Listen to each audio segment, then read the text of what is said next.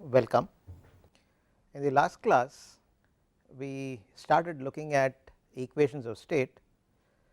We started out with the ideal gas equation PV equals RT, which we realized was an equation of state, and as we said, an equation of state is something that connects the pressure, specific volume, temperature of a pure substance. Then we said that most gases are real, and therefore we need more accurate representations of those gases than what is given by the ideal gas law, that is PV equals RT. And the first improvement that we saw was the virial equation of state, which we said could be written either in terms of a series in pressure or a series in specific volume. Then we had posed this problem to become comfortable with the use of a virial equation and had given you some hints and an initial part of the solution. So let me present the complete solution here. This was the problem regarding isopropanol, and we said that we are looking at isopropanol at 200 degrees C and 10 bar, and we needed to estimate the volume of the vessel necessary to maintain the above conditions for 1 mole of isopropanol. Therefore, you have pressure, temperature here, you have pressure here, you are asked to find the specific volume or the molar volume for 1 mole, and the virial coefficients in terms of the volume expansion were given, C2 and C3 were given, and then after a couple of hints we went ahead with the solution. I had mentioned that we could start out with just 3 terms in the virial expansion for specific volume, Z equals 1 plus C2 by V plus C3 by V squared. This should work in most cases except when the pressures are high and so on. For our purposes, we said we could write this as this Z equals PV by RT, and therefore multiplying by RT by P on both sides, we have V in terms of V, an implicit equation which would be good for iterations, and this requires an iterative solution. And I had given you the procedure for iteration and asked you to work things out. What I will do now is to present a few more steps and again ask you to work things out, because you need to get a little more comfortable with an iteration process. I am not very sure how many of you have solved problems that had iterative solutions. So we said that the procedure was to guess a value for V and substitute it into the right hand side and find the value of the right hand side, and this can be compared with the guessed value. One way of comparing is to take the difference between the calculated value and the guessed value, and if the calculated value on the right hand side is close enough to the guessed value, then the guessed value is the needed value. And we said close enough, you need to be a little careful, otherwise the calculated value is used as a guessed value for the next iteration, and then you use that volume here, substitute that volume here to find out the right hand side and then compare again, and the process is continued until the difference between the calculated and the assumed value becomes acceptably small. This is where we left off last time. I hope you would have worked things out. If you had some difficulty, please pay attention to what follows. For the first guess, we need to start with the first guess, and where do we get that first guess from? If it is a gas, this equation is valid for a gas, we could use the ideal gas value, whatever we get from PV equals RT, as the first guess. We will not be way off. Therefore, V equals RT by P from the ideal gas equation, and if we substitute the values in this particular case, in this particular exercise, R, as we all know, is 8.314 joules per mole per Kelvin. T was 200 degrees C, but we know that we need to use T in Kelvin, so we add a 273 to it to get 473 Kelvin, and pressure was 10 atmospheres. We need it in a consistent set of units, therefore we multiply it by 10 power 5 Newton per meter squared, and if we substitute RT by P here, the numbers for that, we get the ideal gas, let us say V1 in terms of our iterative solution as 3.933 into 10 power minus 3, 8.314 into 473 divided by, this is 10 power 6. So, 3.933 into 10 power minus 3 meter cubed per mole. Hopefully, you got this if you knew where to look for. Substituting this value into the right hand side of the earlier equation, we had set up the iterative volume equation there, 3.933 into 10 power minus 3 V plus into 1 plus C2 by V plus C3 by V squared. C2 was minus 3.9 into 10 power minus 4, V is 3.933 into 10 power minus 3, C3 was minus 2.6 into 10 power minus 8, and V squared is this. So, if we substitute the values here, we end up with 3.573 into 10 power minus 3 meter cubed per mole. Okay. This is V2, which is the calculated value starting with V1, the ideal gas value. On the face of it, this seems small, but let us consider this further. We need to take the difference between the guessed value, which is the ideal gas value, and the calculated value, which is this 3.537 to 10 power minus 3. In other words, the difference between V2 and V1 in this case, which turns out to be 0.396 into 10 power minus 3. This is 3.96 into 10 power minus 4, which is almost 11 to 12% of this value. That is not acceptable, that is very high. 11 to 12% is very high, is unacceptably large, and therefore, we need to continue the iteration. In other words, we substitute V2 into the RHS, calculate the value and calculate the value of the RHS, that is, then calculate the difference between the guessed value and the calculated value till the difference is acceptably small.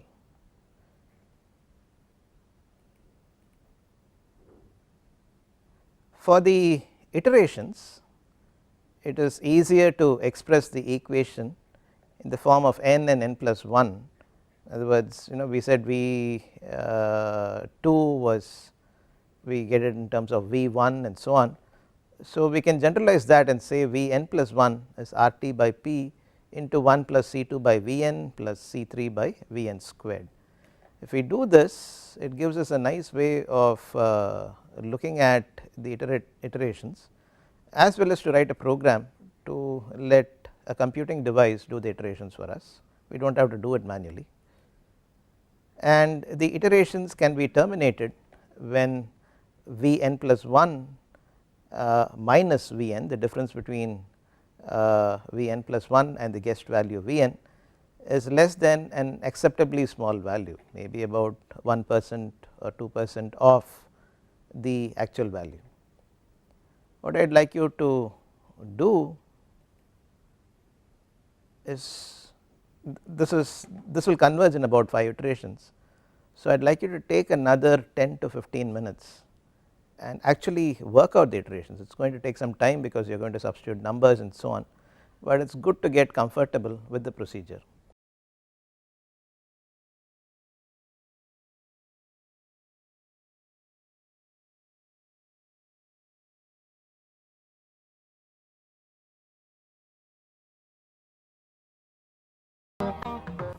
Okay, you would have had enough time to do the calculations, see whether you got this value at the end of about 5 iterations, 3.486 into 10 power minus 3 meter cubed per mole.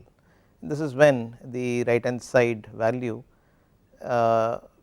is different from the left hand side value or the guessed value only by a small amount, an acceptably small amount, and thus we have reached the volume of the vessel that was needed, which is actually what we started out looking for in the exercise. Also there was another part to the exercise, that was to find out the variation between the value given by the virial equation, the volume given by the virial equation, and the volume given by the ideal gas. In other words, to find out the percentage difference. So to find out the percentage difference, we take the difference divided by the actual volume, and actually we need to multiply it by 100. We will do that in a little while. For now, V minus V ideal gas, the whole divided by the volume, will turn out to be minus 0.128, and therefore the difference between the volumes calculated using the virial equation and the ideal gas equation is large, it is about 13%, 12.8%. This you should keep in mind.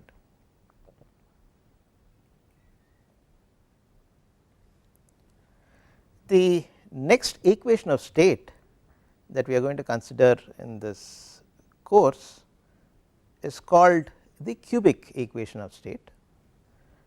There are many cubic equations, we will probably see one or two.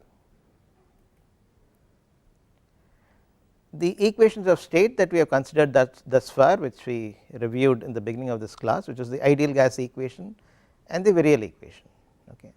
These equations describe only the gas phase, which is reasonably general for a pure substance, but they look only at the gas phase, whereas cubic equations of state have an ability to describe either the gas phase or the liquid phase with equal ease, or they can describe, I will not get into the ease of description, they can describe both the gas phase and the liquid phase. In other words, the combination of P V T, if you know P and T, how do you get V, or if you know P and V, how do you get T, is good in predictions for both the gas and the liquid phase, and it is close to experimental values, somewhat close. And what might be surprising is that you have already seen one of the cubic equations in your earlier classes. I am sure you would have seen the van der Waals equation, which is actually given by van der Waals. The full name is Johannes Diedrich van der Waals. He gave it way back in 1873, and even if you do not remember the name, you may remember the equation. This is P equals RT by V minus B minus A by V squared. Let us call this equation 3.6. Now this cubic equation has the ability to describe the liquid phase because the interactions between molecules are considered in the cubic equations a little better, and the A and B, as you already know in the van der Waals equation, are constants for a given pure substance. Therefore, you would have a table that lists A and B for various different pure substances. There is one that lists at the end of your textbook itself.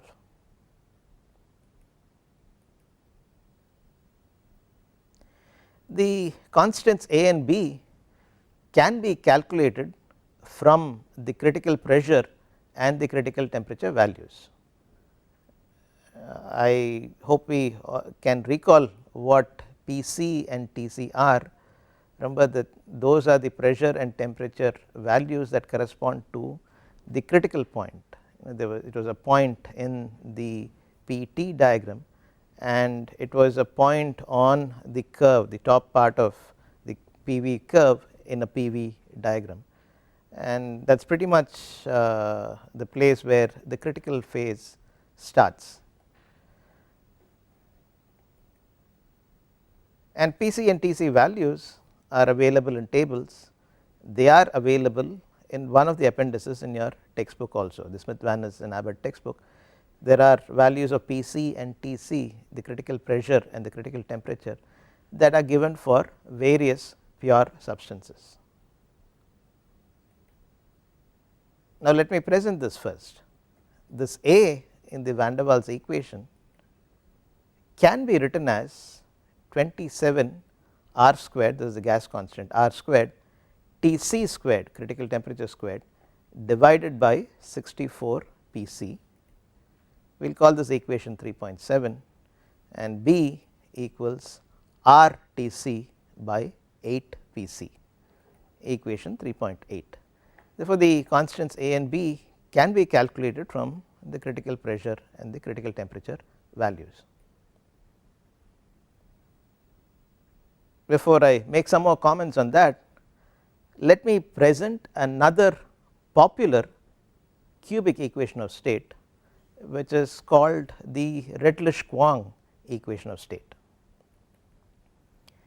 The equation itself is P equals RT by V minus B, somewhat similar to the earlier cubic equation, minus A divided by T per 0.5 into V into V plus B. We will call this equation 3.9. A in this case, excuse me, is 0.42748 R squared Tc per 2.5 by Pc. We will call this equation 310. B equals 0.08664 R Tc by Pc. We will call this equation 3.11. Now, you might be wondering, how did I really write this? Yeah, I did say that you can write this in terms of Tc and Pc. How did people get this so seemingly accurate number 0.42748 and so on and so forth? And that is what you are going to do as the next exercise. The basis for the above equations, that is the basis for the equations that gave you A and B for both the van der Waals equation as well as the Redlich-Kwong equation, that definitely needs to be known as a part of this course. Let me give you how to go about doing it and give you some time to do it, and then let us see what to do. In the, if you recall the PV diagram for a pure substance, pressure versus specific volume for a pure substance, at the critical point the slope is actually 0. What is slope? It is the derivative of P with respect to V, dP dV, that is actually 0. Therefore, you could put dP dV equals 0, and also it is an inflection point. The slope changes from one direction to the other exactly at that point, and that gives you another nice mathematical condition, which is d squared P by dV squared equals 0. So, you have this dP dV equals 0 and d squared P by dV squared equals 0, and you have the equations of state which describe PV-T behavior. So, please go ahead and try to get the expressions for A and B using these conditions. Take about 15 minutes to do it, which would be till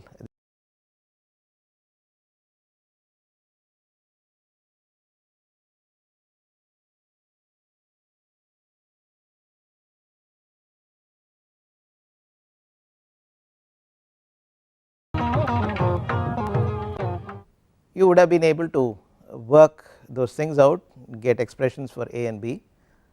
If you did not, or even otherwise, please take a look at chapter 3 in your textbook Smith, Van Ness and Abbott.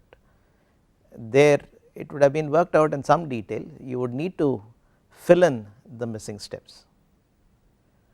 We will continue the remaining in the next class.